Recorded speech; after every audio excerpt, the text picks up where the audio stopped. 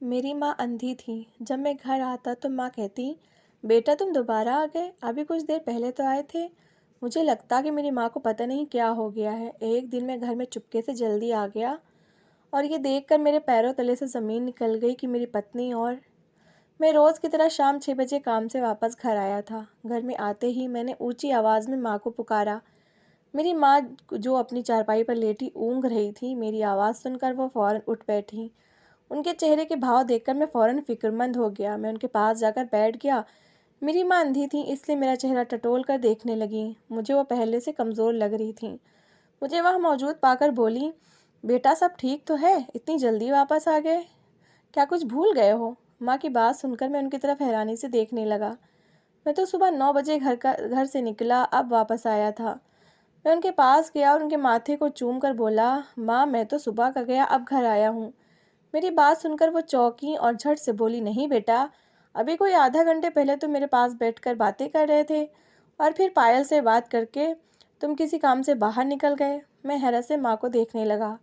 आखिर वो कहना क्या चाहती थी? तभी मेरी पत्नी किचन से खाना लेकर बाहर निकली और दुखी सी होकर वो कहने लगी, सुनील आप ही समझाइए माँ जी को, मेरी तो ये बात ही नहीं सुनती। अभी ये तीसरी बार इनकी पसंद का खाना बनाकर ला रही हूँ। अब आप इन्हें समझाइए, बार बार भूल जाती हैं। कहती हैं कि तुमने कब मुझसे खाने के लिए पूछा। वो तो सुनील है जो मुझसे खाने के बारे में पूछ लेता है।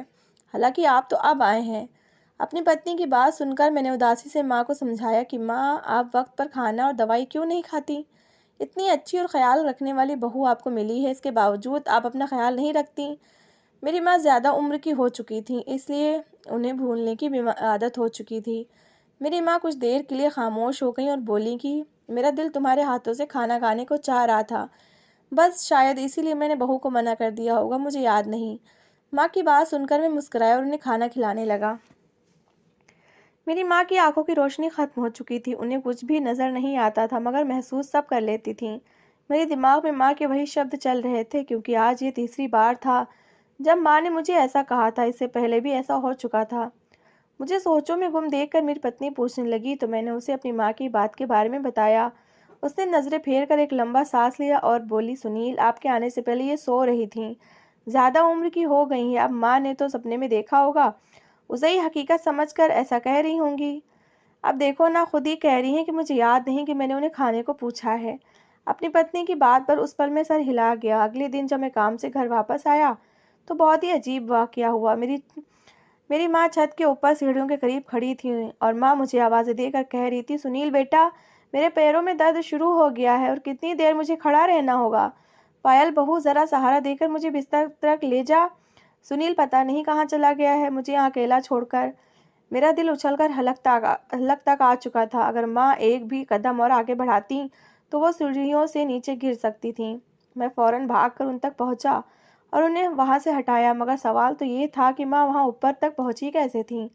माँ सीढ़ियाँ उतरते हुए फौरन मुझे झटक कर बोली कि पिछले 1 घंटे से मैं यहाँ खड़ी हूँ, मगर तुम न जाने मुझे छोड़कर कहाँ गायब हो जाते हो। ना बहू मेरी बात का जवाब देती हो और ना तुम।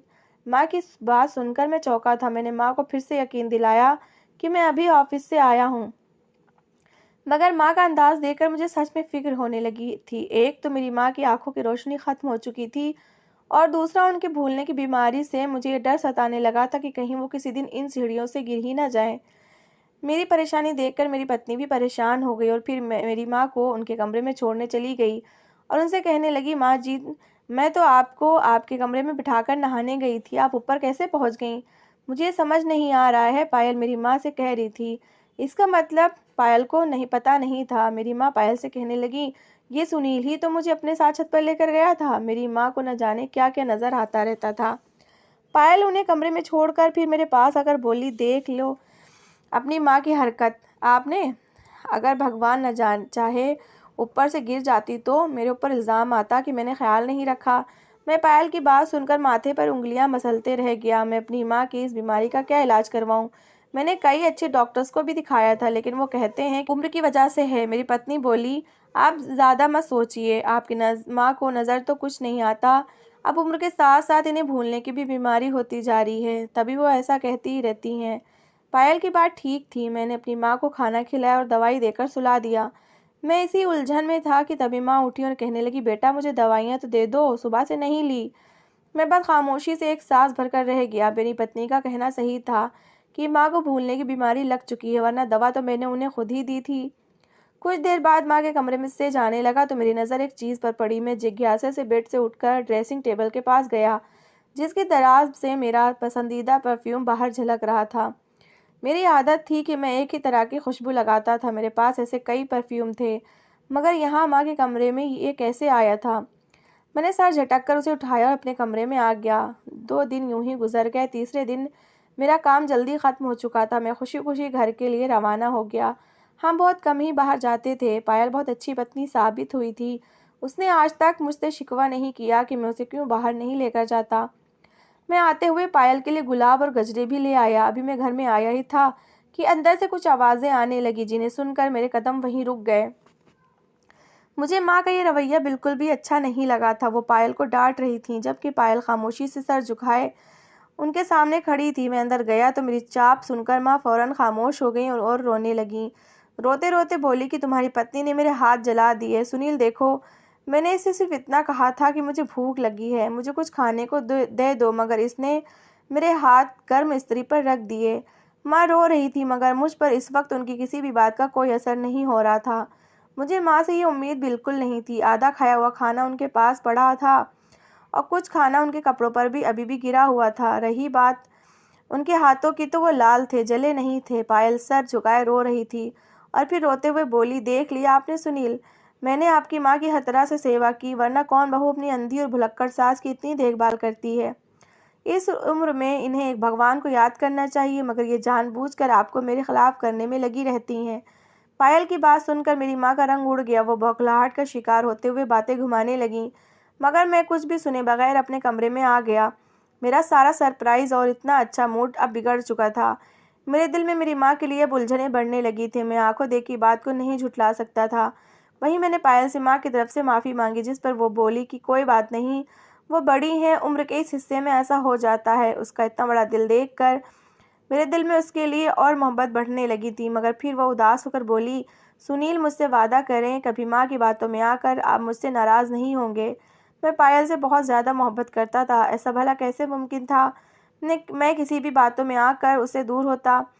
मैंने उसे यकीन दिलाया कि ऐसा कभी नहीं होगा। मैं अब माँ से बहुत कम बात करता था। सुबह बाहर जाने से पहले उनसे मिलकर चला जाता और रात को आकर उनसे थोड़ी सी बात करके सो जाया करता। मगर उनका व्यवहार अभी भी वैसा ही था, जो मुझे अक्सर सोच में डाल दिया करता। एक शाम में जब मैं काम से वापस घर आया तो मेरी माँ मुझे घर पाकर बोली, बेटा तुम इतनी जल्दी मुंबई से भी वापस आ गए। माँ की बात सुनकर मैं चौंका और मुस्कुराकर बोला कि आज फिर आपने सपना देख लिया। मेरे सवाल पर वो खामोश हो गई और फिर कुछ सोच के बोली कि नहीं बेटा, सपना तो नहीं था। तुम मेरे सामने बैठे पायल से बात कर रहे थे कि तुम आज रात मुंबई जा रहे हो और जैसे लौटोगे तो कुछ दिनों के लिए पायल को घुमाने लेकर जाओगे। माँ की इतनी लंबी बात पर मैं सोच में पड़ गया कि ये सपना था या हकीकत। मैंने तो ऐसा कुछ नहीं कहा था। मैं ना चाहते हुए भी माँ के करीब जाकर बैठ गया और हंसकर बोला कि और क्या क्या कहा था मैंने। माँ फीकी सी हंसी हंस दी और बोली, ताने मत मारो बेटा, जाकर आराम करो।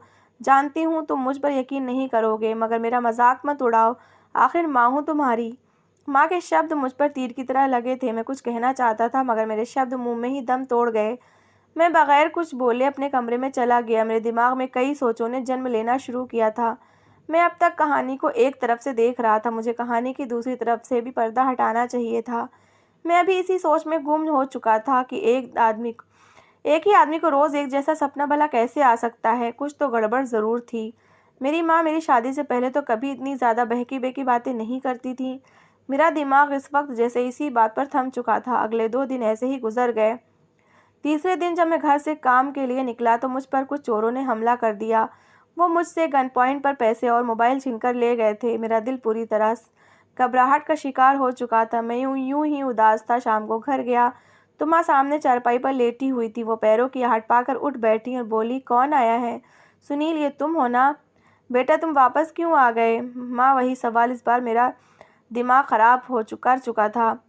मेरा दिल पहले ही अपने नुकसान पर बुझा हुआ था। उस पर माँ के इस सवाल ने मुझे गुस्से से आग बबूला कर दिया। मैंने मेज़ पर पड़ी सारी चीज़ों को ज़मीन पर फेंक दिया और अपने बाल मुट्ठी में जकड़ने के बाद माँ के सामने हाथ जोड़कर बोला, भगवान के लिए अब बस भी कर दिया करो। तंग आ गया हूँ आपके इन सवालों से। आप पूरी तरह पागल हो चुकी हैं। हर वक्त आपको हर जगह मैं ही नज़र आता रहता हूँ। आपके इस तरह के फालतू के सवालों ने मेरी ज़िंदगी नर्क बनाकर रख दी है। बस उस समय मेरे मुंह में जो आया बोलता चला गया। माँ बस एक जगह बैठी देखती रह गईं।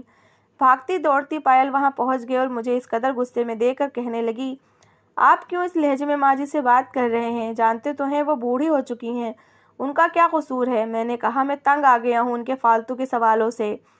पायल मुझे अपने कमरे में ले आई। मेरे यूं चिल्लाने से मेरी सांस बुरी तरह से फूल रही थी। बात आई गई हो गई। एक बार मैं घर आया तो मेरी माँ मुझे देखकर इस बार कुछ नहीं बोली। शायद मेरे कल वाले रवैये को याद करके वो खामोश रह गई थी। मैंने पहली बार माँ से इस लहजे में बात की थी। मुझे अपनी गलती का एहसास हुआ तो मैं उनसे माफ़ी मांगने लगा। उन्होंने अपने दुपट्टे के पल्लू से अपनी आंखों में आने वाला पानी साफ किया और फिर कहने लगी, कोई बात नहीं, तुम्हें अपनी गलती का एहसास हो गया है, अच्छी बात है। मेरे दिल को अजीब सी बेचैनी ने जकड़ लिया था। मैंने आसपास नज़रें दौड़ाई। मेरी पत्नी कहाँ थी? किचन भी खाली था। मैंने उसे कितनी आवाज़ें दी थी मगर उसका कोई जवाब न आया। मुझे हैरानी हुई। तभी माँ दीवारों का सहारा लेती मेरे कमरे में तक पहुँची और बोली कि बेटा, पायल तो अपने मायके चली गई है। भूल गए क्या? कुछ देर पहले ही तुम खुद ही तो उसे लेने आए थे। माँ के शब्द मुझ पर किसी बम की तरह गिरे थे। मैंने घर में मौजूद दूसरे मोबाइल से पायल को कॉल मिलाई, जिसे कुछ देर बाद पायल ने उठाया। मैंने उसे मायके जाने की वजह पूछी तो वो बोली कि उसकी माँ की तबीयत बहुत ख़राब थी, इसलिए मैं फ़ौरन अपने मायके चली गई। अब वो 2-3 दिन वहीं रहेगी। उसके रहने से मुझे कोई एतराज़ नहीं था, मगर माँ की कुछ बातें मेरे दिमाग में घूम रही थी। कुछ दिन पहले उन्होंने जो कहा था वो आज सच हुआ था। क्या ये इत्तेफाक था या इसमें कोई हकीकत भी थी?